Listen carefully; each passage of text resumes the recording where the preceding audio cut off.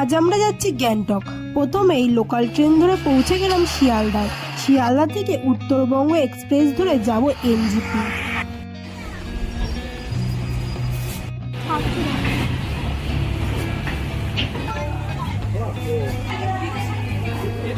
এই সবাই হাই কর একটু।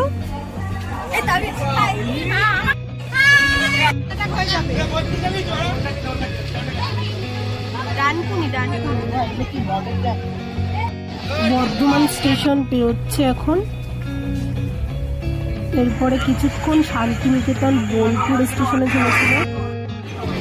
7:19 পৌঁছে গেছে এনজিপি।